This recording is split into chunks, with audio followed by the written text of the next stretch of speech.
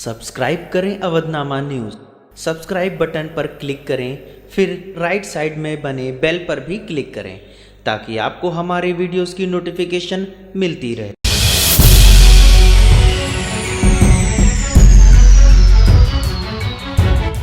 अग्रवाल सभा बलरामपुर के द्वारा आज महाराजा अग्रसेन की रसोई का शुभारंभ वरिष्ठ सदस्यों के उपस्थिति में मुख्य अतिथि सभा अध्यक्ष राजीव अग्रवाल के द्वारा हुआ। अग्रवाल सभा के अध्यक्ष राजीव अग्रवाल की प्रेरणा व सचिव मनीष तुलसियान, भवन अध्यक्ष विनोद बंसल, महासचिव आलोक अग्रवाल व निर्मल अग्रवाल की कार्य योजना के साथ साथ कार्यकारिणी द्वारा सर्वसम्मति के लिए निर्णय के अनुसार ये कार्य प्रारंभ में प्रत्येक मंगलवार को शाम 7 बजे महाराजा अग्रसेन मंदिर आनंद बाग बलरामपुर के मुख्य द्वार पर किया जाएगा।